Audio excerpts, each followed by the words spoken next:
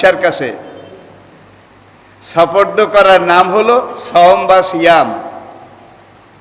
এই এক মাস যে আমরা প্রশিক্ষণ প্রোগ্রাম এটা অংশগ্রহণ করলাম, সেখান থেকে আমরা কি পেয়েছি, কি শিখেছি, কি করা দরকার, এগুলো আত্মশুদ্ধির জন্যে সবচেয়ে গুরুত্বপূর্ণ ব্যাপার। এমনটা যদি হয়, আমার তবিয়ত, আমার খাসিয়ত, আমার চাল চলন, আমার আচার আচরণ রমজানের আগে যেমন ছিল, এক মাস রোজা রাখার পরে আবার আগের মতো, এরকম বোধহয় অনেকের নাই, আছে? তাহলে বোঝা যায় এক মাস রমাদানের মাধ্যমে লাআল্লাকুম তাত্তাকুন, আল্লাহর ভয়, খৌফে খোদা, এটার যে ট্রেনিং এক মাস পর্যন্ত আমি নিয়েছি, আপনারা নিয়েছেন, এটা কোনো কাজের হয়নি। এটা কি নবীজি এইভাবে আমাদেরকে বুঝিয়েছেন, রুব্বা সাইমিন মা লাহুম মিন সিয়ামিহি।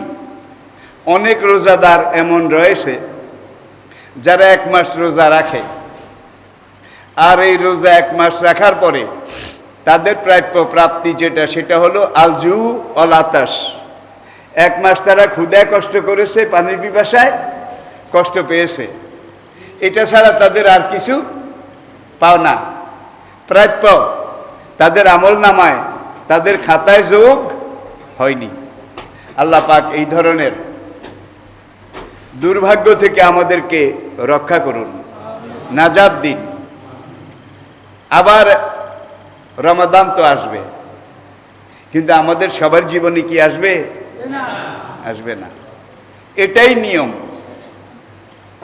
আমার সাথে যারা উস্তাদ তো দূরের কথা, পড়ালেখা একত্রে করেছিলাম, আমার জানা মতে তাদের কেউ নাই, সবাই চলে গেছে। কিন্তু আমি যখন আমার আমল নামা ডান দিকের খাতাটার দিকে তাকাই, তখন দেখি এটা খালি, এটা ফাঁকা, এটা ফাঁপা, এটার মধ্যে কিছু নাই। আর বাম দিকের ঝুড়ি, এটার দিকে যখন তাকাই দেখি এটা পাপে পঙ্কিলতায় পরিপূর্ণ। আল্লাহ পাক যদি আমাকে ক্ষমা না করেন, মাফ না করেন, হাসরের আদালতে মহান রব্বুল আলামিনের কাছে জবাব দেওয়ার মতো কোনো কৈফিয়ত আমার নিজেরও থাকবে না, আমাদের কারো থাকবে বলে আমি মনেও করি না। ঠিক কিনা বলেন? তাহলে আমরা এই রমাদান যেটা পেয়েছি, এটা থেকে যে শিক্ষা গ্রহণ করেছি, তাকওয়ার প্রশিক্ষণ, যে টিএস, যে টিসি আমরা এই এক মাস পর্যন্ত গ্রহণ করেছি, এখান থেকে আমরা যেন শিক্ষা নিতে পারি, সবক নিতে পারি, ইবরাত হাসিল করতে পারি, এই তৌফিক সৌভাগ্য আল্লাহ পাক আমাদের সবাইকে দান করুন। আজকের আলোচনা ফিলিস্তিন, জেরুজালেম। আপনারা জানেন জেরুজালেমে যেই মসজিদ, এটার নাম মসজিদে বাইতুল মাকদাস।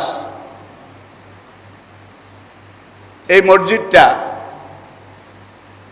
প্রথম মানুষ, প্রথম নবী হযরত আদম আলাইহিসসালাম কাবাঘর মক্কায় তৈরি করার পরে ফিলিস্তিনে এই বাইতুল মাকদাস, এটাকে আদম আলাইহিসসালাম প্রথম তৈরি করেছিলেন। আদম আলাইহিসসালাম তৈরি করার পরে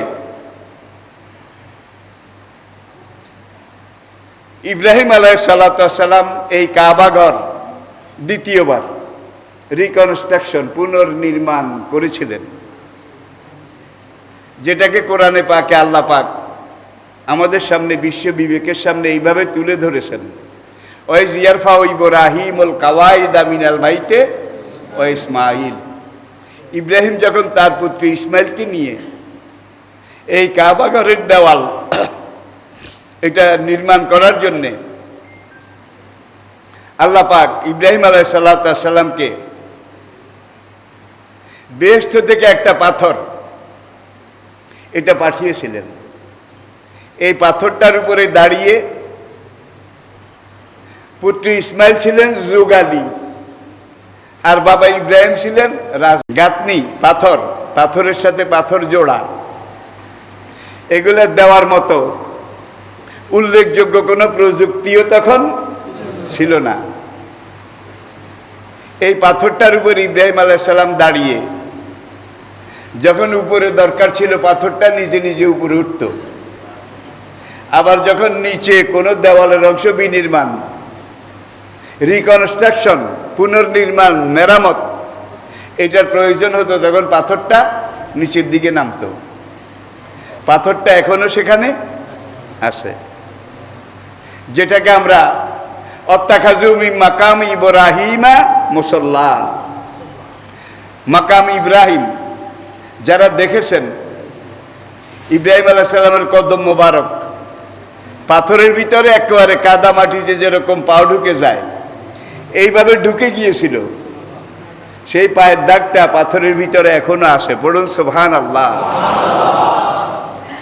ইব্রাহিম আলাইহিস সালাম আল্লাহ পাকের নির্দেশে কাবাঘর, যেটা ইন্না আউয়ালা বাইতিন উযিআ লিন-নাস লাল্লাযী বিবাক্কাতা মুবারাকা হুদাল লিল আলামিন, দুনিয়ার প্রথম ঘর কাবা। কি কাবা?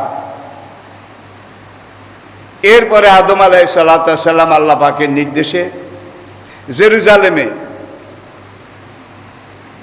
বাইতুল মুকাদ্দাস এটা তৈরি করেন। কালের আবর্তনে, সময়ের ব্যবধানে এই বাইতুল মাকদাস, পবিত্র মসজিদে আকসা, এটা অনেকাংশ দেওয়াল টেওয়াল এগুলো ভেঙে চুরে গিয়েছিল। সাইয়েদনা সুলাইমান আলাইহিস সালাম তার হাতে বাইতুল মুকাদ্দাস দ্বিতীয়বার তৈরি হয়েছিল। সুলাইমান আলাইহিস সালামের পরে উসমানী খেলাফতের, অটোমান সাম্রাজ্যের এই সময়কাল পর্যন্ত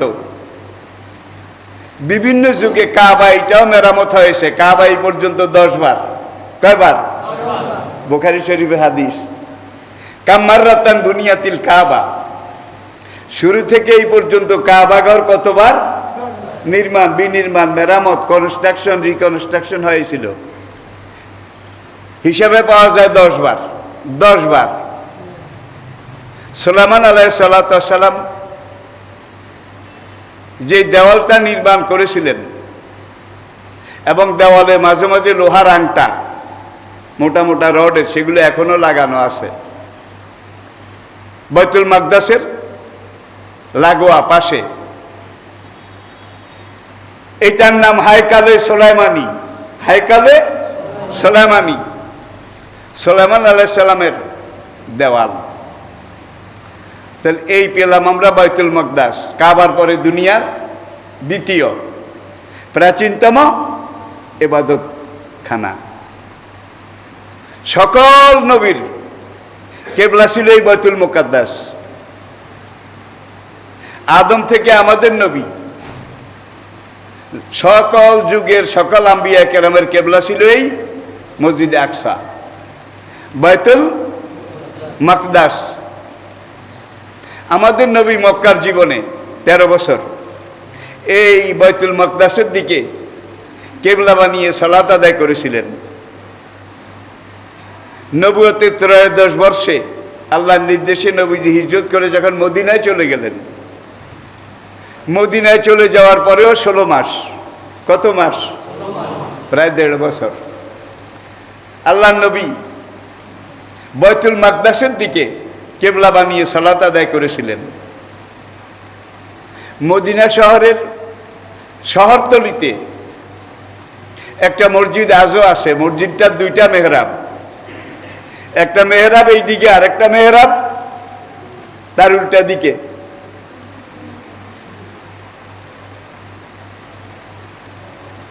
চার রাকাত নামাজ, ফরজ নামাজের নবীজি নিয়ত করেছেন, সালাত চলতেছে।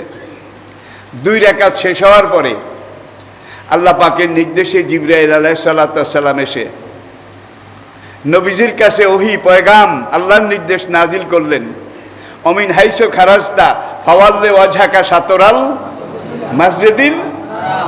এখন থেকে সামনের দিকে কিয়ামত পর্যন্ত হে নবী, আপনি এবং আপনার অনুসারী যত মুসলমান আসবে তারা কাবা ঘরের দিকে কেবলা বানিয়ে সালাত আদায় করবে।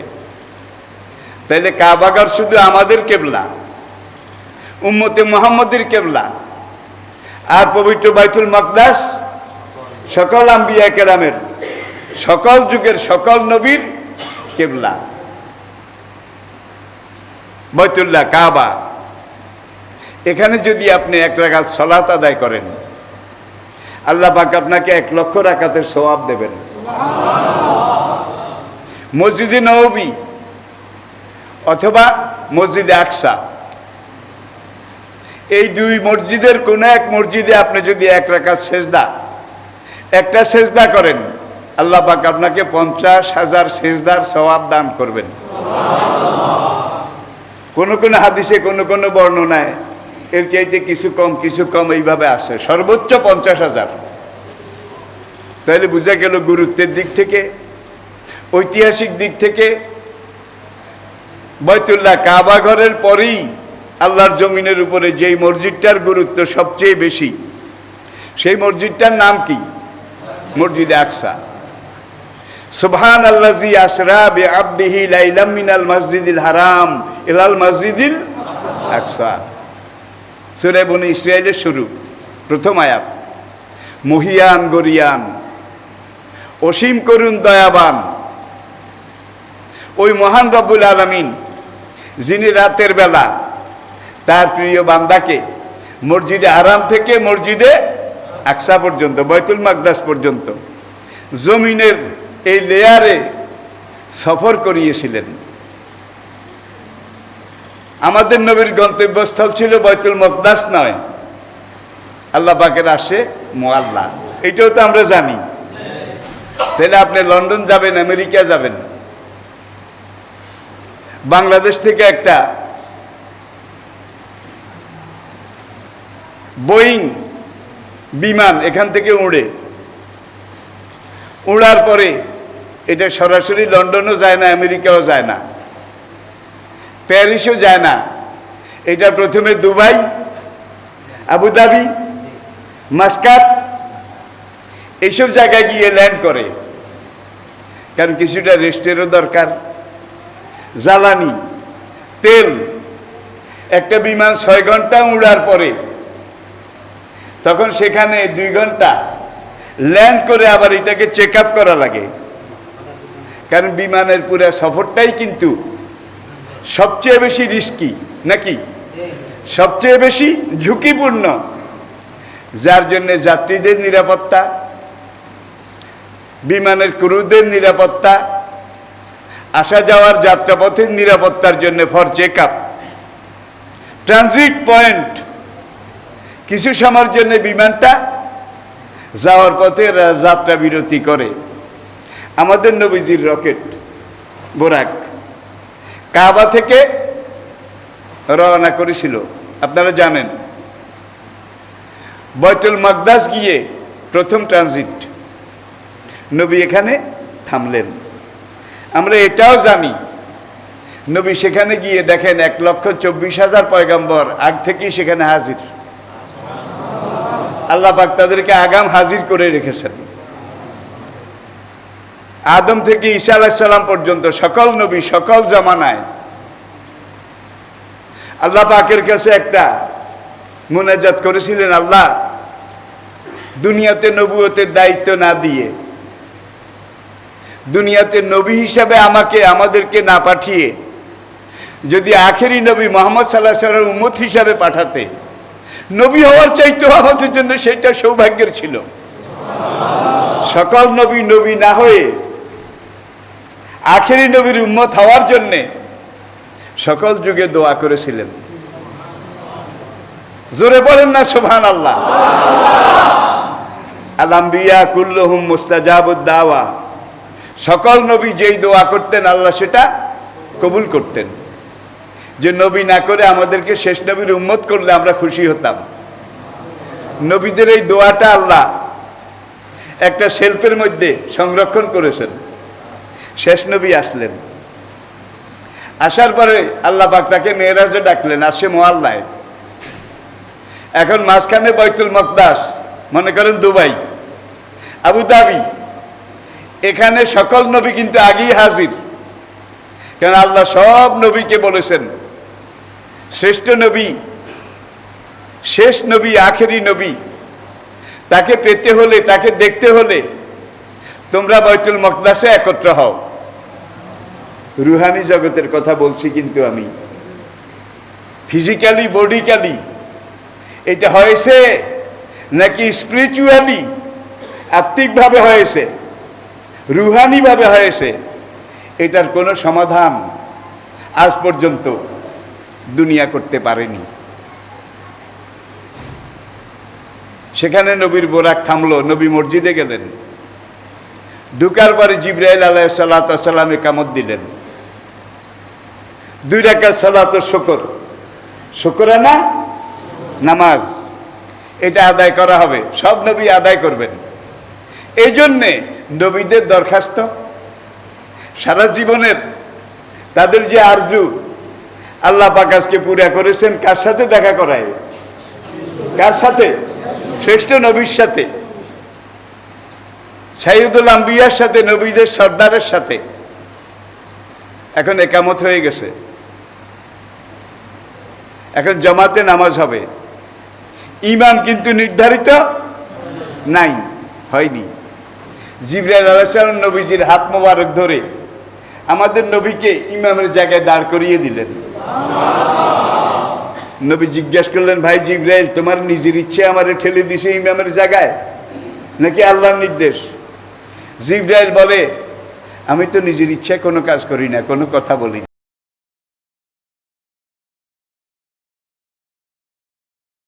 আল্লাহু আকবার। আল্লাহ যেটা করতে বলেন, বলতে বলেন, আমি সেটাই বলি, আল্লাহর এটাই হুকুম। তাহলে আমাদের নবী সেদিন ছিলেন ইমাম, আর আদম থেকে ঈসা পর্যন্ত সকল নবী বলেছেন একটা দায়িত্ব। তাই এটার মাধ্যমে আদম থেকে ঈসা পর্যন্ত সকল নবীর রিসালাত সারেন্ডার করেছে কার কাছে? আমি বোধহয় বুঝাইতে পারি নাই। যখন সকল নবী বলেছেন একটা দায়িত্ব বেহাজাল ইমাম, তাইলে আদমের দিন, মুসার দিন, ঈসার দিন, ইব্রাহিমের দিন, সকল নবীর সকল যুগের যত দিন আল্লাহ পাঠিয়েছিলেন সব দিন সারেন্ডার করেছে এই মেরাজের রাতের বাইতুল মুকদ্দাসে। কোন নবীর কাছে? শেষ নবীর কাছে। এটা দিয়ে আরো প্রমাণ হয় আখেরি নবী, শেষ নবী আসার পরে আগের নবীর কোনো দিন, কোনো ধর্ম আর চালু নাই, সেগুলোর অস্তিত্ব একটা দায়িত্ব বেহাজাল ইমামের মাধ্যমে শেষ হয়ে গেছে। প্রিয় ভাইয়েরা, মেরাজের বাকি ঘটনা অন্য জগতের, আমাদের আজকের আলোচনা সেগুলো বিষয় নয়। আমি কথাটা এই জন্য বলেছি, বাইতুল্লাহর পরে আল্লাহর জমিনে সবচাইতে গুরুত্বপূর্ণ যেই ঘর সেটা বাইতুল মকদাস, মসজিদে আকসা, ঠিক কিনা? আর মসজিদে আকসা আজকে যেই কারবালা, যেই কিয়ামত চলছে, ইহুদি জাতি, কেউ কেউ বলে মুসা আলাইহিস সালামের উম্মত, কথাটা ঠিক না। ইহুদি জাতি মুসা আলাইহিস সালাম থেকে শুরু, এই কথাটাও ঠিক না। ইব্রাহিম আলাইহিস সালামের বড় ছেলে ইসমাইল আলাইহিস সালাম, মা হাজার, হাজারের গর্ভজাত সন্তান, তার 13 বছর পরে প্রথম বিবি মা সারা তার গর্ভে আরেকজন পুত্র সন্তান জন্মগ্রহণ করেছিলেন, ইসহাক। ইসহাক হাজারের গর্ভে প্রথম ইব্রাহিমের যেই পুত্র ইসমাইল জন্মগ্রহণ করেছিলেন, আল্লাহ পাকের নির্দেশে তাকে বাইতুল্লাহর এখানে মা এবং পুত্র সহ ইব্রাহিম আলাইহিস সালাম রেখে গিয়েছিলেন, এটা আপনারা জানেন। আর বড় বিবি সারা, তার গর্ভে 13 বছর পরে, ইসমাইলের 13 বছরের ছোট কে? ইসহাক। যেই পুত্রে জন্মগ্রহণ করেছিলেন সেই পুত্রের পরবর্তী জেনারেশন, পরবর্তী বংশধর, একেবারে আজ পর্যন্ত যারা যুগ পরম্পরায়, কাল পরম্পরায়, সময় পরম্পরায় এসেছিল, প্রজন্মের পর প্রজন্ম,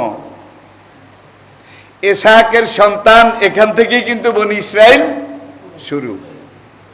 ইব্রাহিমের পুত্র ইসহাক, ইসহাকের পুত্র ইয়াকুব, কি? ইয়াকুব, ইয়াকুবের পুত্র ইউসুফ।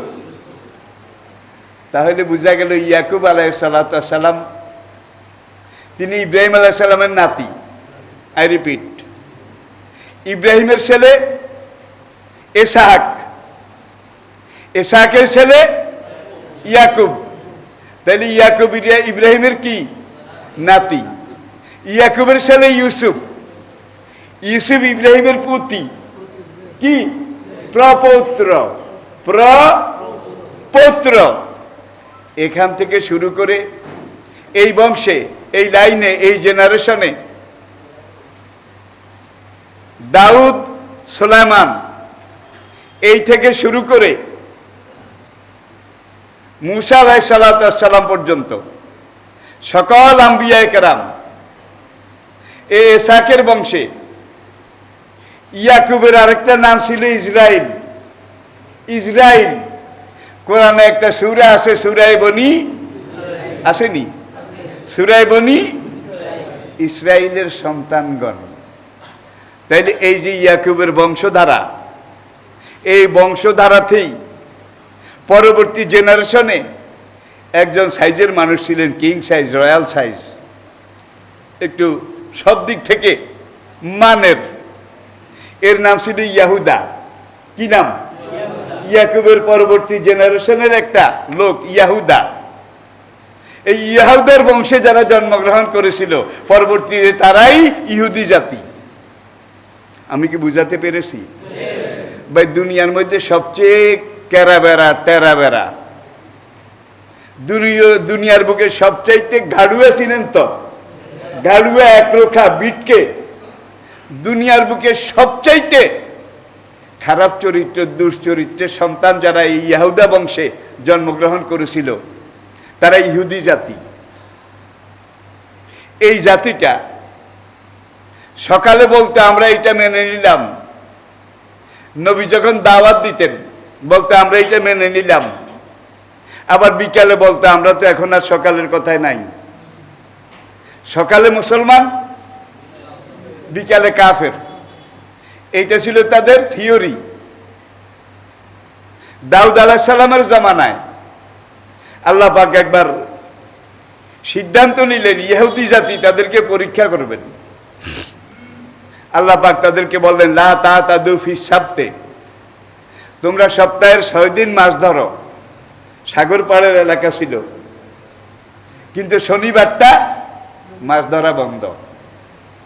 এই নির্দেশ কে দিয়েছেন? আল্লাহ পাক। তাইলে তারা মৎস্যজীবী ছিল। এই ইয়াহুদার এই প্রথম বংশ পরম্পরা যতগুলা লোক ছিল তাদের অধিকাংশ কিন্তু জেলে, সাগরে মাছ ধরে এগুলা নিজেরা খেত, বিক্রয় করত, এভাবেই তাদের সংসার চলত। এখন আল্লাহ পাক বললেন শনিবার বন্ধ, মাছ ধরা হারাম, আল্লাহর নির্দেশ। শনিবার বাদ দিয়ে তোমরা যত পারো ধরো।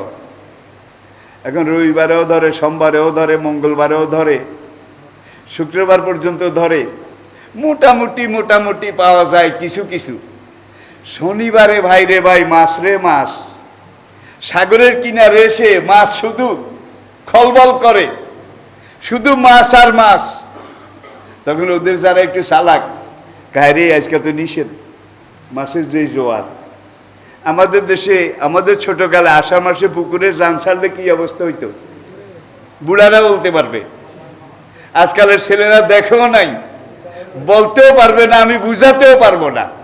হ্যাঁ হ্যাঁ, মাছের জোয়ার কিভাবে, কাকে বলে? এখন শনিবারে ভাই মাছের জোয়ার, খালি মাছ উপরের দিকে লাফাইয়া উঠে। এখন ইহুদিদের কিছু চালাক মানুষ, সমাজের নেতা, তারা বললো একটা কাজ কর, শনিবারে তো ধরা নিষেধ, ধরলে তো হারাম হয়ে যাবে, তোরা তোদের ওই ভিতরে একটা গর্ত কর, একটা গর্ত করে এর মধ্যে পানি দে, বা তোদের ভিতরে যেসব পুকুর জাঙ্গাল আছে যেগুলোতে পানি আছে এগুলার সাথে সাগরের জাম, ড্রেন, নালি কেটে দে, মাছ যেইভাবে উপরের দিকে উঠে। ওরা এখন ওদের পুকুর জাঙ্গাল ডোবা এগুলার সাথে সাগরের নালি কেটে দিল। এখন ভাই শনিবারে মাছ লাইনে লাইনে, হাজার হাজার লাখে লাখে ঝাঁকে ঝাঁকে ওদের পুকুর ডোবা সব মাছে ভরে গেছে। আবার আল্লাহ পাকের নির্দেশ, এই মাছ কিন্তু শনিবার থাকতে থাকতে নেমে যাবে। এখন ওরা বললো যে এক কাম কর, মাছ যখন উঠছে জানো বাঁধে, এটা বুঝছেন তো, তোরা তোদের নালাগুলা বাঁধ দিয়ে আটকায় দে, মাছ যেন নামতে, সব মাছ আটকাইয়া ফেলা। খবরদার শনিবারে ধরিস না, আল্লাহ নিষেধ, আমরা রবিবারে ধরবো, তোরাও রবিবারে ধরবি। তাহলে শনিবারে ধরে না ঠিক, আটকায় নাকি, মাছকে আটকায়, রবিবারে ধরে। আল্লাহ পাক বললেন লা তাতাদু ফিস সাবতে, শনিবারের ব্যাপারে তোমরা খবরদার সীমা লঙ্ঘন। ওরা কয় আল্লাহর নবী, কে হে আল্লাহর নবী, আমরা তো শনিবারে ধরি না, আল্লাহর দোহাই ধরি না, আমরা রবিবারে ধরি। কিন্তু শনিবারে যেই মাছ আটকাইছে ভাই, এগুলা সারা সপ্তাহ খেলেও ধরলেও শেষ হওয়া তো দূরের কথা, কমবেও না। এখন নবী যতই বলে যে না আমরা শনিবারে ধরি না, খোদার কসম আমরা শনিবারে ধরি না, নবীকে আটকাও তো, আল্লাহ তো আটকাইতে মানা করে নাই, ধরতে নিষেধ করেছে। হাকুলনা লাহুম কুনু কিরাদাতান, আল্লাহকে বান্দামি করস কার সাথে, যেগুলার বয়স 40-এর নিচে ছিল, ওই সীমা লঙ্ঘনকারী, রবিবারে মাছ ধরেন না, শনিবারে আটকেন না। 40-এর নিচে যাদের বয়স ছিল, কম ছিল 40-এর কম, এরা সবাই বান্দর হয়ে গেছে। আর 40-এর উপরে যাদের বয়স ছিল তারা সব শুকর হয়ে গেছে। বুড়াগুলা বুড়া শুকর, জোয়ানগুলা বুড়া বান্দর। 3 দিন পর্যন্ত পুরো এলাকাটা এখন আর মানুষ নাই, হয় শুকর নয় বান্দর। 3 দিন এই ক্যাশ ব্যাস করে তারপরে তারা আল্লাহর গজবে সব হালাক হয়ে গেছে। তো বনি ইসরাইল জাতি এমন একটা চালাক, শেয়ানা নয় সাড়ে শেয়ানা, এই জাতিটা হযরত জাকারিয়া আলাইহিস সালামকে করাত দিয়ে ছিঁড়ে 2 ভাগ করেছিল, এটা আপনারা সবাই জানেন। জাকারিয়া আল্লাহর নবী, তিনি আল্লাহর জমিনে আল্লাহর পক্ষ থেকে দ্বীনের দাওয়াত দিয়েছেন, অন্য কোনো অপরাধ তো করেন নাই। এখন বনি ইসরাইলের কিছু লোক বলল জাকারিয়া দ্বীনের কথা বলে, ওয়াজ করে, ধর্মের কথা বলে, কিন্তু আসলে ধর্ম জাকারিয়ার নিয়ত না, জাকারিয়ার নিয়ত হলো ওয়াজ করে টোরে দেশের ক্ষমতা দখল করবে। দেখছেন কারবার, জাকারিয়া আসলে ওয়াজ করে না, সে ওয়াজের নামে রাজনীতি করে। এই কথাটা তখন ছিল, এই যুগে তো নাই। আছে আছে, ওয়াজ করলেই কি এগুলা ওয়াজ না, এগুলা সব রাজনীতি, এরা ক্ষমতা দখল করতে চায়। এটি ইহুদিদের পরিকল্পনা, ইহুদিদের কথা। জাকারিয়া আলাইহিস সালাম তাকে করাত দিয়ে ধর্মের নামে রাজনীতি করেছে, ধর্মের নামে মানুষকে বিভ্রান্ত করেছে, জনমনে বিশৃঙ্খলা সৃষ্টি করেছে। এই অপরাধে করাত দিয়ে 2 ভাগ করে ফেলেছে। জাকারিয়া থেকে শুরু করে হযরত ইয়ারমিয়া, নামটা মনে রাখবেন, জাকারিয়া থেকে শুরু ইয়ারমিয়া আলাইহিস সালাম পর্যন্ত 50,000 নবীকে তারা বিনা দোষে এইভাবে জবাই করেছে। সেই জাতি এই ইহুদি জাতি, 50,000 নবীকে তারা কতল করেছে, হত্যা করেছে, শহীদ করেছে, বিভিন্ন অপবাদ দিয়ে, এক একজনের উপরে এক একটা বদনাম অভিযোগ, এগুলো দিয়ে আল্লাহ দ্বীনের কাজ যারা করেছে, দ্বীনের দায়ী, দ্বীনের রায়ী হিসেবে আল্লাহর পক্ষ থেকে জমিনে যারা দাওয়া কাজ করেছে তাদেরকে হত্যা করেছে।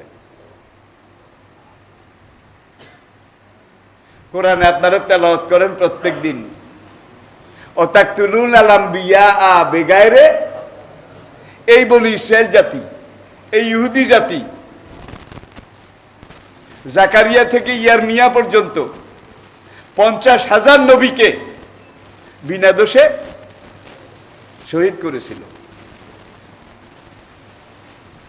আল্লাহ পাক সেই যুগে এক জালিম বাদশাহ, জালিম মোমেন নয়, সেই জালিম বাদশাকে ইহুদি জাতির উপরে এনে চড়াও করে দিলেন। বাদশার নাম বখতে নসর। কি নাম? বখতে নসর। দেখছেন নি, কান্ডা দি কান্ডা উঠায়। এই বখতে নসর এসে একাধারে যখন এই ইহুদিদেরকে পাইকারি হত্যা করা শুরু করলো, শুরু করতে করতে করতে করতে অল্প কয়েকজন বাকি আছিল, আর সব খতম।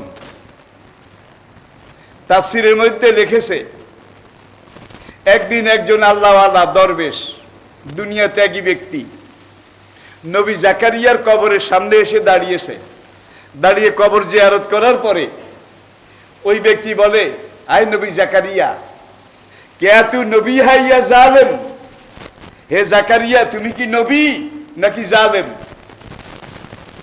তোমারে খুন কি বদলা মে, তুমি একজনকে হত্যা করেছে, এর অপরাধে পুরা বনি ইসরায়েলের জাতি লক্ষ লক্ষ ঝাঁকে ঝাঁকে তারা নিজেরা নিজেরা মারামারি করে, নিজেরা নিজেরা কাটাকাটি করে শেষ হয়ে গেছে। আপ ভি তুম উনকো মাফ नहीं कर सकता? এখনো হে জাকারিয়া, তুমি কি তাদেরকে মাফ করবে না? তখন তাদের এই গৃহযুদ্ধ, নিজেদের মধ্যে কাটাকাটি মারামারি, এটা বন্ধ হলো। হওয়ার পরে যারা বাকি ছিল, এখান থেকে আবার ইহুদিদের বংশ বিস্তার হলো। বিস্তার হয়ে বাড়তে বাড়তে মাঝখানে কিন্তু অনেক ঘটনা, সব তো আর বলা যাবে না, কারণ আমাদের সময় সীমিত, সীমাবদ্ধ। আপনারা হিটলারের নাম শুনেছেন তো? জার্মানিতে ছিল ইহুদিদের কেন্দ্র। জার্মানিতে ইহুদি সবচাইতে বেশি ছিল। হলোকাস্ট, হলোকাস্ট নামক একটা কথা আছে। হিটলার যখন দেখলো জার্মানিতে সবচেয়ে বেশি গন্ডগোল করে ইহুদিরা, জার্মানিতে কিলাকিলি লাগায় ইহুদিরা, ঘরে আগুন লাগায় ইহুদিরা, আবার বালতি নিয়ে আগুনে পানিও ডালে। দেখছেন, জারুয়া না হাড়ে জারুয়া। একদিকে আগুন লাগায়, আরেকদিকে বালতি দিয়ে পানি ঢালে, দুইজনের মধ্যে মারামারি লাগায়, আবার মাঝখান দিয়ে সালিশ করে। এরপরে ইহুদি জাতির আরেকটা অপরাধ ছিল, তারা দুনিয়ার বুকে প্রথম সুদের কারবার করেছিল, সুদের উপরে টাকা লগ্নি করেছিল। শেক্সপিয়ারের নাটক the merchant of Venice, the merchant of Venice, Venice শহরের বণিক ব্যবসায়ী, এটা যারা পড়েছেন, the weaver of Rosedale, Rosedale শহরের তাঁতি, উইভার তাঁতি, এই উপন্যাসগুলোতে ইহুদি জাতির সুদ খাওয়া আর কিভাবে শোষণ করে। এক গরিব এক ইহুদি মহাজন থেকে টাকা নিছে, কিছু লোন আর কি, লোন ধার, বলছে আমি এতদিন পরে এই সময় দিয়ে দেব। দিন শেষ হয়ে গেছে, গরিব বেচারা দিতে পারেনি। এখন এই ইহুদি যে টাকা লাগিয়েছে সুদের উপরে, সুদটা সে দিয়েছে যে দূর পেরেছে, আসলটা দিতে পারেনি, রয়ে গেছে। এখন তাকে ধরে নিয়ে কতল করবে, পাহাড়ের দিকে নিয়ে যাচ্ছে। একজন জ্ঞানী বুদ্ধিমান লোক সেখানে এসে বলে, এই দাঁড়াও, কি হয়েছে? এখন ইহুদিটা বলে, আমি টাকা পাবো, আমার টাকা দেয় না। এখন তার সাথে আমার কথা হয়েছে, হয় আজকে টাকা দেবে, না হয় তাকে আমি জবাই করব। শেষমেশ ওই লোকটা সালিশ করে দিল, বেচারা তো গরিব হয়ে গেছে, টাকা দিতে পারে না, ঠিক আছে তুমি তার শরীর থেকে এক টুকরা গোস্ত টাকার বদলে এইটা কেটে নিয়ে যাও। দেখছেন, সালিসির সিদ্ধান্ত হইল গরিব বেচারা টাকা দিতে পারে না সুদখোরকে, এই জন্যে তার শরীর থেকে এক টুকরা এক মুঠ যা ধরে এখন ইহুদি হারামজাদা ছুরি বের করছে, দেখছেন, ঠিক এসে গোশত কেটে নেবে। ওই বুদ্ধিমান সালিশদার লোকটা বলল যে হারামজাদা তো হারামজাদা, দেখা যায় গোশত না নিয়ে ছাড়বে না। কয় ঠিক আছে, আমি তো রায় দিয়েছি তুমি এক টুকরা গোশত, এক মুঠ গোশত তার শরীর থেকে কেটে নিবে, তুমি শুধু গোশত নিবে। এমন ভাবে গোশত কেটে নাও এক ফোঁটা রক্ত যদি বাইরে হয় তাহলে তোমার শেষ, রক্ত বাইর করতে পারবা না। এখন এই ইহুদি মহাজন বলে গোশত কাটলে তো রক্ত স্বাভাবিক বের হবে। কয় না, রক্তের কথা নাই, তুমি রক্ত বাইর করা ছাড়া গোশত কেটে নাও। তখন এই ইহুদি বলে আমি আজকে আটকেছি, দেখা যায় আমি গোশত কাটলে গেলে কি হবে। এরপরে ওই জ্ঞানী লোকটা বলল এক ফোঁটা রক্ত যদি বাইর হয় তোমার আসল টাকা তো পাবেই না, তার 70 গুণ বেশি টাকা উল্টা এই লোকটাকে দিতে হবে। এখন ওই দৌড় দেয় আর আমার টাকাও লাগবে না, গোশতও লাগবে না, আমারে মাফ করে দাও। এই জাতি সেই জাতি। জার্মানিতে হিটলার, সে নিজের হাতে হলোকাস্ট আপনারা পড়লে দেখবেন 50 লক্ষ ইহুদিকে হিটলার জবাই করেছে। হিটলার যখন দেখেছিল জার্মানিতে যত বিপর্যয় সৃষ্টি করে, যত রকমের গন্ডগোল করে, যত কুত্তার গাত বিলাই এই ধরনের 2 নম্বর কাজ করে সব ইহুদি জাতি। এখন হিটলার সেকেন্ড ওয়ার্ল্ড ওয়ার, দ্বিতীয় বিশ্বযুদ্ধ পর্যন্ত এই ইহুদিরা দুনিয়ার কোনো দেশে জায়গা পায় না, কোনো দেশ জায়গা দেয় না। কয় তোমাকে জায়গা দেখলে তোমরা সুইস হইয়া ঢুকবা, বাস হইয়া বাইর হইবা, তোমরা হারামজাদা না, হাড়ে হারামজাদা। তোমাদেরকে জায়গা দিলে তোমরা আমাদের দেশটাকে এমন ভাবে তোমরা বাঁশ দিবা আমাদের অস্তিত্ব শেষ হয়ে যাবে, কেউ জায়গা দেয় না। এখন কিছুদিন এই দেশে, কিছুদিন এই দেশে রিফিউজি বুঝেন তো, রিফিউজি বুঝেন তো, গাঁটটি কাঁধে ব্যাগ গলায়, এইভাবে তারা দুনিয়ার দেশে দেশে ঘুরে। ওদের পার্মানেন্ট কোনো দেশ, পার্মানেন্ট কোনো এলাকা নাই। তবে আরবের উত্তর এলাকায় এখানে অল্প কিছু ইহুদি ওই রিফিউজি হয়ে এসে এখানে যখন আরব মুসলমানদের কাছে জায়গা চাইছিল, ভাই দুনিয়ার কোথাও আমাদের জায়গা নাই, কোনোখানে আমাদের দাঁড়াবার জায়গা নাই, হে আরব মুসলমানরা তোমরা যদি একটু জায়গা দাও তাহলে আমরা এখানে একটু দাঁড়াইতে পারি, স্থির হতে পারি। আরে মুসলমান জাতি, তারা দেখলো আরে ইহুদি হইলেও তো মানুষ, ইহুদি হলেও তো মানুষ, তারা জনম দুঃখী, চির দুঃখী, তাদের বাড়ি নেই, ঘর নেই, কোনোখানে 1 ইঞ্চি মাটি ঠিকানাও নেই। এই ছিন্নমিল মানুষগুলাকে আমরা, আমাদের আরবে তো জায়গার অভাব নাই। আর এই আরব বলতে আগের সেই শাম রাজ্য, শাম আজকে সিরিয়া, শাম রাজ্য, যেখানে দাউদ আলাইহিস সালাম বাদশাহ ছিলেন, যেখানে সুলাইমান আলাইহিস সালাম বাদশাহ ছিলেন, যেখানে ইউসুফ আলাইহিস সালাম বাদশাহ ছিলেন মিশর থেকে আসার পরে, ফিলিস্তিন, জেরুজালেম। আর তখনকার শাম বা সিরিয়া, এটা বলতে বর্তমান সিরিয়া, আজকের জর্ডান, ফিলিস্তিন এবং লেবানন, এই সবটা মিলে ছিল শাম দেশ, শাম দেশ। আল্লাহ নবী একদিন নামাজের পরে দোয়া করেছিলেন, আল্লাহ তুমি শামের অধিবাসীদের উপরে দয়া করো, আল্লাহ তুমি ইয়ামনের অধিবাসীদের উপরে রহমত করো। নবী শামবাসীদের জন্য, ইয়ামনবাসীদের জন্য খাস দোয়াও করে গেছেন। আর এই তখনকার শাম দেশ আজকে একদিকে সিরিয়া, আরেকদিকে জর্ডান, আরেকদিকে লেবানন, আরেকদিকে ফিলিস্তিন, এই কয়েকটা এলাকা নিয়ে পুরোটাই শাম দেশ ছিল। এখন বেচারারা থাকার জায়গা পায় না, ছিন্নমূল আরব মুসলমানরা তাদেরকে দয়া করে জায়গা দিয়েছিল। এই জায়গা দেওয়ার পরে তারা সেখানে কিছু ইহুদি বসলো। এখন দুনিয়ার বিভিন্ন দেশে কিছু আছে, এখানে 2 রাত থাকে, আরেকখানে চলে যায়, কারণ এই 2 রাতেও তারা 2 নম্বর কাম করে।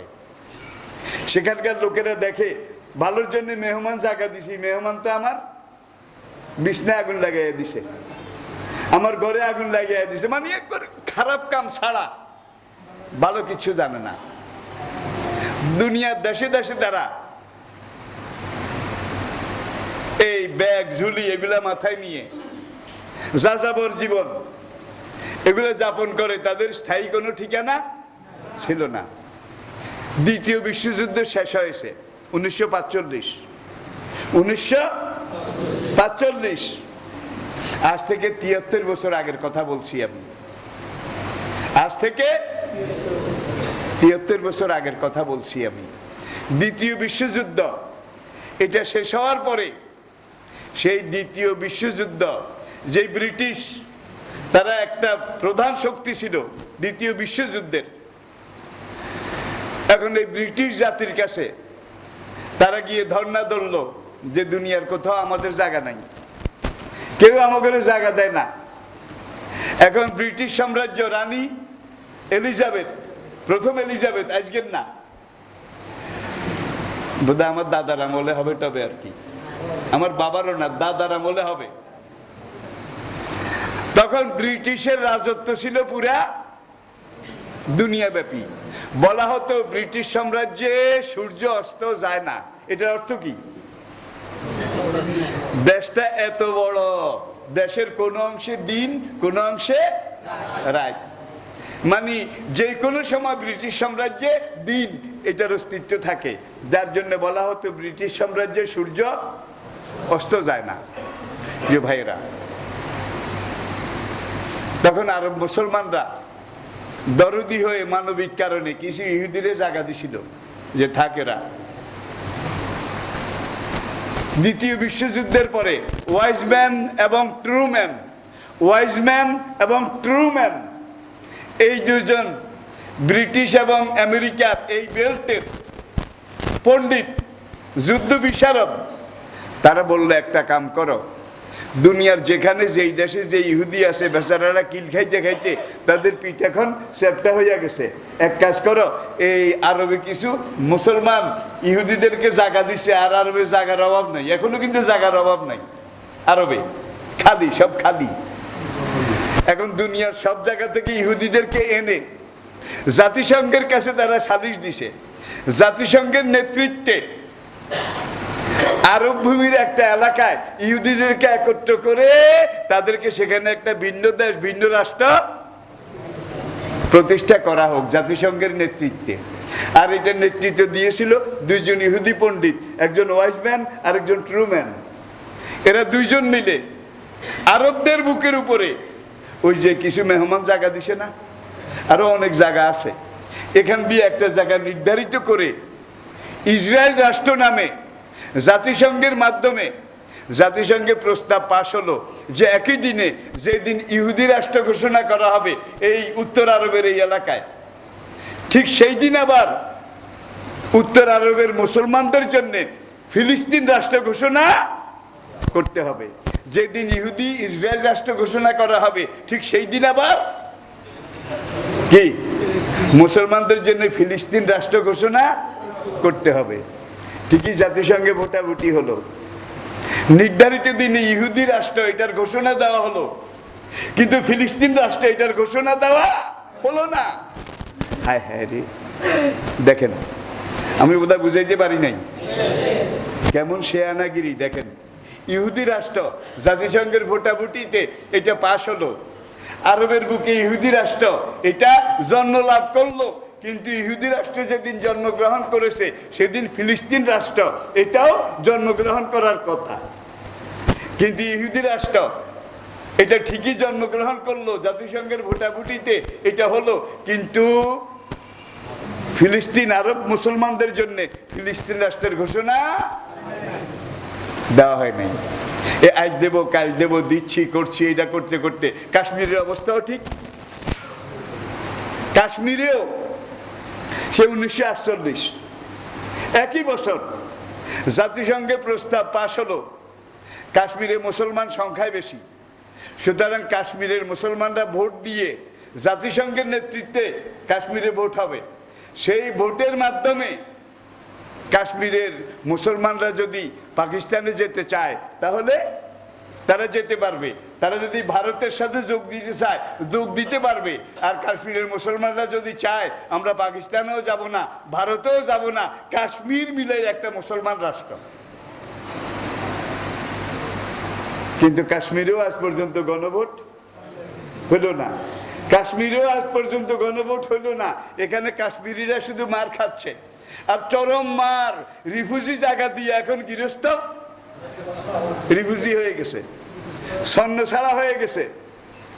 এবার গত জুমাতুল বেদা, হ্যাঁ গত জুমার আগের জুমা, গত জুমা তো ঈদ ছিল, তার আগের জুমাতুল বেদার দিনে বাইতুল মাকদাসে আল্লাহু আকবার 90,000 মুসলমান তারাবি নামাজে, জুমাতুল বেদা এই দিনে তারাবি নামাজের জন্য একত্র হয়েছিল। ইহুদি পুলিশ, ইহুদি লোকজন তারা এসে বাধা দিল। আবার বাংলাদেশের কোন কোন টিভি চ্যানেল বলেছে যে জুমাতুল বেদাতে 90,000 জামাত শিবির বাইতুল মুকাদ্দাসে গিয়ে জমা হয়েছে। দেখছেন কারবার? ল্যাংড়া আসে কি কয় না, ল্যাংড়া আসে শিয়াল স্বপ্ন দেখে, ঠিক কিনা বলেন? দুনিয়ার আজকের বাতিল। ইহুদিরা ডরাইলে জামাত শিবিরেরা ডরায়, আর কারো করে ডরায় না। ওইদিকে ডরাইলে মিশরের ইখওয়ানুল মুসলিমিনকে ডরায়, যারা দায়ী আল্লাহ, আল্লাহর জমিনে, ঠিক কিনা বলেন? এছাড়া দায়ী আল্লাহর বাইরে মুসলমান যা আছে এগুলা বাইলা মাছ। বাইলা মাছ চিনেন? আরামে থাকে, আরামে চলে, এক জায়গায় বসে বসে জিরা লেজে গুতে একটা দিলে দুই হাত সামনে যাই। আবার আজকালকার মুসলমান ঠিকই বাইলা মাছ, যার জন্য টেন্ডার গাই কম খায়, কম খায়, যেমন সোজা সরল তেমন মাইটটা। কিন্তু যারা দায়ী আল্লাহ, চেইন অফ কমান্ডের অধীনে যারা, তারা জাগুর মাছ, শিং মাছ আর দিশান না। আর দিলে ধরা যাবে, ঠিক? আর দিলে ধরা যাবে না। ভাই আমি আশ্চর্য হলাম যখন পত্রপত্রিকে এই জিনিসটা পেলাম যে বাইতুল মুকাদ্দাসে জুমাতুল বেদাতে 90,000 শিবির। ভাই ওখানে শিবির আসলো কোত্থেকে বলেন? তাহলে যারা নামাজ পড়তে গেছে, তাহলে বুঝা গেল এইটাও আজকে ইহুদিদের আরেকটা ষড়যন্ত্র। একটু একটু দাঁড়ি যদি রাখে কোনো যুবক কয় শিবির, কোন যুবক যদি টাকনুর গিরার রূপে ফুল প্যান্ট পরে কয় এটা কি শিবির, ঠিক কিনা বলেন? ওয়াক্ত মতো নামাজ পড়লে কয় শিবির। তাহলে বুঝা গেল শিবির হইলে এটারে জবাই করা জায়েজ, জায়েজ। আজকে জেরুজালেমে 90,000 যারা বাইতুল মাকদাসে নামাজ পড়তে গিয়েছিল আর তাদের পরিবার পরিজন বাড়িতে যারা ছিল, বর্তমানে যে কয়েক লাখ আছে আর কি, সেই জুমাতুল বেদার দিন থেকে শুরু ফিলিস্তিনের রাস্তায় রাস্তায় শুধু রক্ত, শুধু রক্ত। একদিন একত্রে 150 জঙ্গি বিমান, আবার বলছি একদিনে বা এক রাতে একটা নির্ধারিত সময় 150 জঙ্গি বিমান, যেগুলো আমেরিকার সর্বশেষ অত্যাধুনিক লেটেস্ট মডেল, 4 বর্গ কিলোমিটার একটা বন্দি শিবির। ফিলিস্তিনিদেরকে এর বাইরে যাইতে দেয় না। 1967 সালে ইসরায়েল, আরব দেশ, মিশর, জর্ডান এগুলোর উপরে আক্রমণ করেছিল, আপনারা জানেন। আক্রমণ করে মিশরের কিছু অংশ, সিরিয়ার কিছু অংশ, জর্ডানের কিছু অংশ, ফিলিস্তিনের পুরাটা 1967-তে জেরুজালেম, বাইতুল মাকদাস সহ তারা দখল করে নিয়েছে। আর জাতিসংঘের আইনে কোনো একটা দেশ, কোনো একটা জাতি আরেকটা দেশকে ইদারে জবরদখল করা বেআইনি, ঠিক কিনা? আপনারা জানেন না সাদ্দাম কুয়েত দখল করেছিল? এটা তো কাছের ঘটনা, বেশি পিছের না। সাদ্দাম যে এক রাতে কুয়েত দখল করেছিল এটা তো আপনারা জানেন। ঠিক 15 দিনের মধ্যে জাতিসংঘের প্রস্তাব অনুযায়ী, সেই প্রস্তাবের ভিত্তিতে সাদ্দামরে কুয়েত থেকে বাইর করা হয় নাই বোধহয়। সাদ্দামরে বাইর করা হয়েছে, কিন্তু ইহুদিদেরকে ফিলিস্তিন থেকে বাইর করা তাইলে এইবার বোধহয় আপনারা জিনিসটা বুঝে গেছেন। হামাস ফিলিস্তিনের প্রতিরোধ আন্দোলন আর এই ধরনের যারা আছে তারা প্রতিরোধ করতেছে। এই পর্যন্ত শতে শতে শতে শতে মুসলমান তারা শহীদ হয়ে গেছে, আর জায়গা অল্প একটু। যেদিন ইহুদিদেরকে যে এলাকা নিয়ে জাতিসংঘ প্রস্তাবের মাধ্যমে ইসরায়েল রাষ্ট্র ঘোষণা দেওয়া হয়েছিল, সেদিন আরবদের ভূমি ছিল 92%, আর এদেরকে দেওয়া হয়েছে 8%। কাদেরকে? ইহুদিদেরকে। আর আজকে 73 বছর পরে ফিলিস্তিনের খবর নিলে আপনারা জানবেন, জাতিসংঘের হিসাব অনুযায়ী পুরা এই আরব ভূমি, পূর্ব আরব, ফিলিস্তিন, জেরুজালেম, বেথেলহাম, পশ্চিম তীর, ওয়েস্ট ব্যাংক, সিনাই উপত্যকা, ফোরাত নদী থেকে শুরু করে একেবারে সিরিয়ার প্রান্ত পর্যন্ত এই বিশাল আরব এলাকা যেটা, এটা পুরো এখন ইহুদিদের দখলে। আর ইসরায়েলি যারা কিছু ইহুদিদেরকে জায়গা দিয়েছিল, আর এদেরকে কেন্দ্র করে ইহুদি রাষ্ট্র জাতিসংঘ ঘোষণা করেছিল, 73 বছর চলে গেল। আর এই যে আক্রমণ করলো, গত সপ্তাহে জাতিসংঘের জরুরি মিটিং হলো, সেই মিটিংয়ে আমেরিকার প্রেসিডেন্ট জো বাইডেন বলেছিলেন যে ইসরায়েলের আত্মরক্ষা করার অধিকার আছে, ইসরায়েলের আত্মরক্ষা করার অধিকার আছে। তাইলে ইসরায়েলের যত অস্ত্র, যত সমরাস্ত্র অত্যাধুনিক, এগুলো আমেরিকা দিতেছে, ব্রিটেন দিতেছে, ফ্রান্স দিতেছে, কিন্তু মুসলমানরা কে দেয়? কি নিজেদের বানায় না? ওই যে ওই গোলাহিনী ঈদের সময়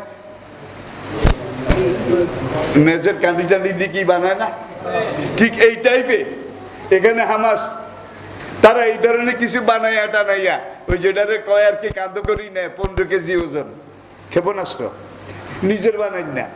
এগুলা ছাড়া মুসলমানদেরকে আর কেউ কিছু দেয় না, দিতে পারেও না, দিতে চাইলেও, কারণ তারা এখন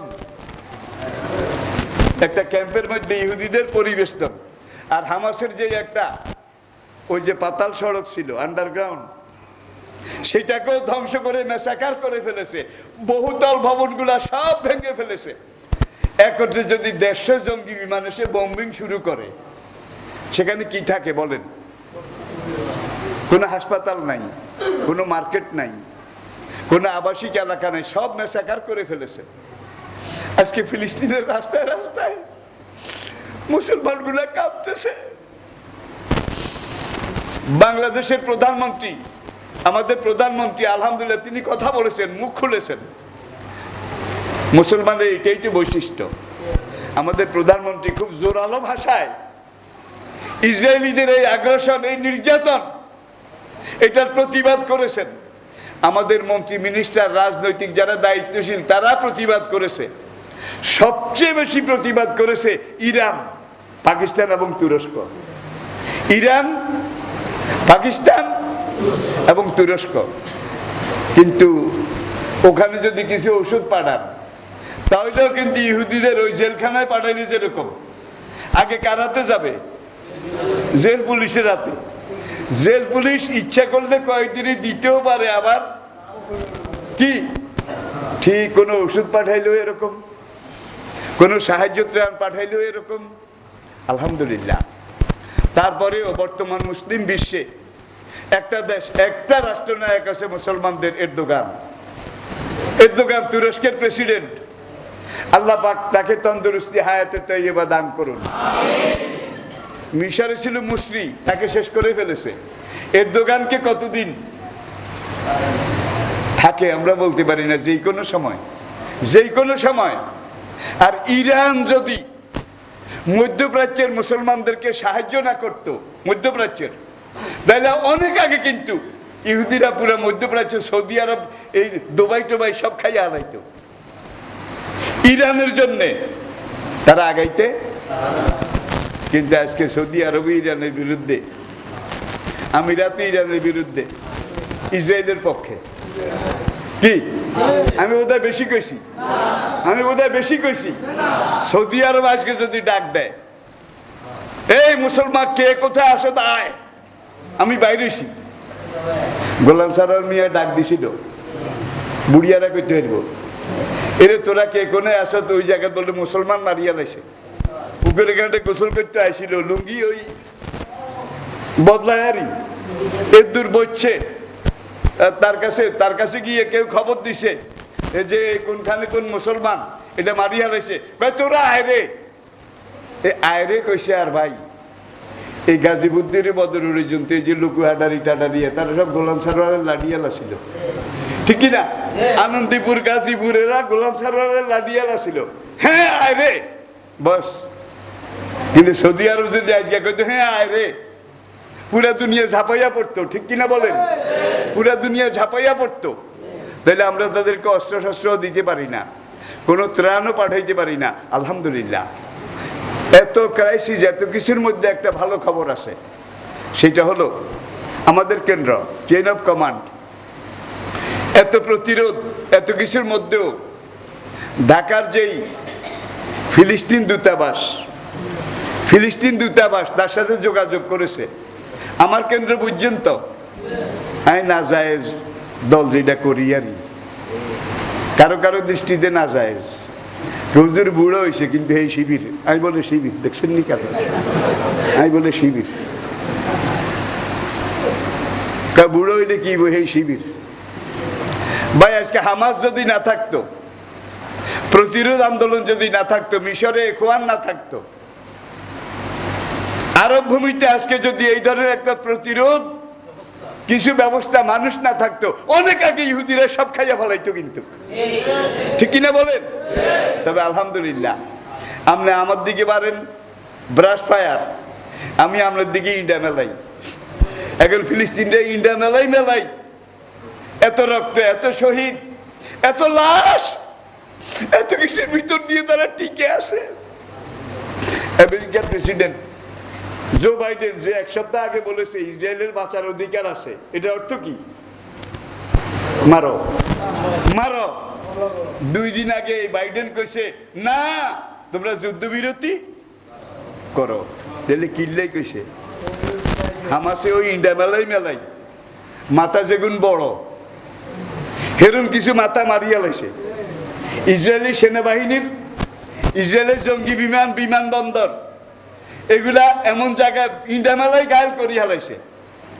এখন জো বাইডেন হলো ইসরায়েলের বড় মুরব্বী, আমেরিকা এর অন্যান্য মুসলিম রাষ্ট্রগুলো তারা কয় না আর যুদ্ধের দরকার নাই, কারণ তারা বুঝে এর দোকানও তৈরি হইতে আছে, পাকিস্তানও ইমরান খানও তৈরি হইতে আছে। আর তুরস্কে পাকিস্তানে এমন এমন সেনাবাহিনী, এমন এমন এলাকা আছে, কোনো জায়গায় মুসলমান এলাকায় যুদ্ধ শুরু হইলে সেখানকার সেনাবাহিনী এগুলার ঠ্যাঙের মধ্যে লোহার শিকল লাগাই তালা দি বাঁধি থন লাগে, আর নইলে এগুলার কন্ট্রোল করুন। এরকম সেনাবাহিনী মুসলমানদের আছে, অন্য কারো নাই, বিশ্বাস করেননিও, করেননি। তাই এরকম সেনাবাহিনী তুরস্কেরও আছে, পাকিস্তানেরও আছে। তাদেরকে কোনো জায়গায় যুদ্ধ শুরু হইলে আর ক্যান্টনমেন্টের হাই কমান্ড কন্ট্রোল করতে পারে না, তখন ওদের ঠ্যাঙের মধ্যে শিকল বাঁধি তালা দিত হয়, কেন এরা কমান্ড টমান্ড মানবে না, ধর রে। আল্লাহর রহমতে এই ধরনের সেনাবাহিনী মুসলমানদের মধ্যে আছে, আমাদের মধ্যে আছে, আমাদের সমাজে আছে, আমাদের ছেলেরা আছে, আমাদের যুবকরা আছে। প্রয়োজনে আমরা জীবন দেব আমাদের আরো ভাইদের জন্য,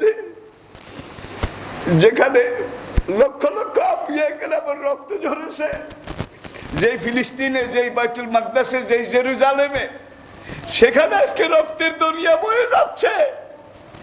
এই অবস্থাতে আমরা তো বড় কিছু, বেশি কিছু এটা করতে পারছি না, পারবো না। কি অস্ত্র পাঠাইতে পারবেন? ওষুধ পাঠাইতে পারবেন?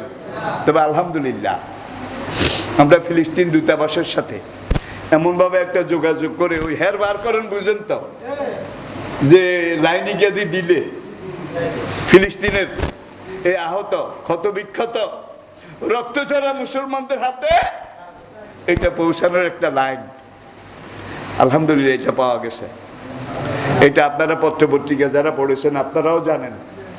এই লাইনে আমরা এখন কোনো ওষুধ পাঠাইতে পারবো না, কোনো হাতিয়ার অস্ত্রশস্ত্র পাঠাইতে পারবো না, কোনো সেনাবাহিনীর লোকও পাঠাইতে পারবো না, কিন্তু তাদের বাঁচার জন্যে এই সময় স্যালাইন আর তাদের কোরামিন, জরুরি চিকিৎসা, বেঁচে থাকার মতো কিছু সহযোগিতা করা দরকার আসেনি? জোরে কোন আসেনি? এখন তো ফরজ সবাই গিয়ে ঝাঁপিয়ে পড়া, কিন্তু আমরা পড়তে পারি না সৌদি আরবের কারণে, আমরা পারি না আমিরাতের কারণে, ঠিক কিনা বলেন? বাদশা ফয়সালের কথা আপনাদের মনে আছে তো?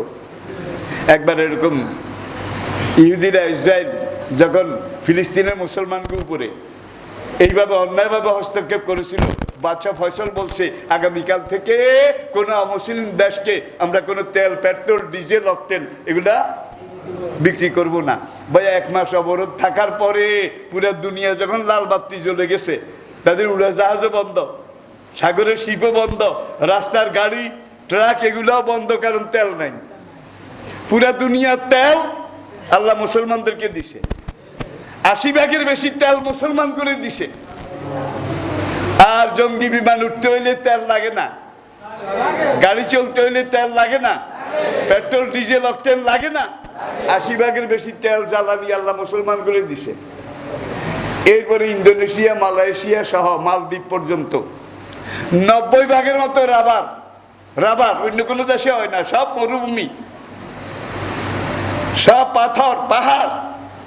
ইন্দোনেশিয়া, মালয়েশিয়া, মালদ্বীপ, আফ্রিকার কিছু এলাকা, যে এলাকায় রাবার হয় পুরো দেশগুলা মুসলমানদের। তাহলে বিমান উঠতে হইলে তেল লাগে, নামতে হইলে রাবার লাগে না? রাবার লাগে না? চাক্কা কিসের? তাইলে এখন যদি বেশি বাড়াবাড়ি করো, মুসলমান এক হওয়া দরকার। এক হইয়া যদি আমরা তোমার কাছে তেল বিক্রি করব না, ইন্দোনেশিয়া, মালয়েশিয়া যদি বলে তোমাদের কাছে রাবার বিক্রি করব না, আর জঙ্গি বিমান যেগুলো উঠছে ফিলিস্তিনের উপরে বোমা বর্ষণ করে, যে নামার আগে ওখানে রেখে আমরা আমগো রাবারের চাক্কা খুলি লই যাই, কিয়ামত পর্যন্ত আর নামার দরকার হইতো না, ওখানেই উড়া লাগবে জ্বলে যাওয়া পর্যন্ত। তো এই মুহূর্তে আপনারা যদি কন আমাদের ফিলিস্তিনের সেই মুসলিম ভাইদেরকে আমরা জুমার খুতবা শুরুর আগে আপনারা কি কিছু সহযোগিতা করতে রাজি আসেননি? আসেননি? আর উজাড় করে যে যা পারেন, যত বেশি পারেন, মনে করবেন আমার ভাইয়েরা তবুকের মাঠে আসে, আমার মজলুম ভাইয়েরা বদরের ময়দানে ক্ষত বিক্ষত, তাদের রক্তে আল্লাহর জমিন ভিজে যাচ্ছে। আমি তো আর কিছু করতে পারলাম না, আমার ভাইদের জন্য আমি কিছু আর্থিক সহযোগিতা করলাম। আপনারা যদি বলেন তাহলে খুতবার আগে নাকি নামাজের হলে দিবেন? নামাজের পরে। আজকের জুমা মসজিদ কমিটি আলহামদুলিল্লাহ, দেখেন মানুষ সত্য কারে কয়, মসজিদ কমিটির সভাপতি, সেক্রেটারি একটু আগে মসজিদে আসার পরে আমারে কইছে, হুজুর আজকে আমরা মসজিদের জন্য কালেকশন করবো না, মসজিদের কালেকশন আজকে বন্ধ। এইটা ওই ফিলিস্তিনি ভাইদের জন্য এক কালেকশনে আপনারা সারাইয়া দেন, দেখছেন নি? এটা করে আমি হিয়াই দিছি নিয়ে, আমি হিয়াই দিছি নিয়ে এই কথা, তাহলে নিজেরা যে মসজিদের চাইতে ওইটা 1,00,000 গুণ বেশি দরকার এই মুহূর্তে। তাহলে ইনশাআল্লাহ ফরজ নামাজের পরে সবাই রাজি আছেন তো? সবাই রাজি আছেন তো? না এটা সারা এক্ষুনি আজান।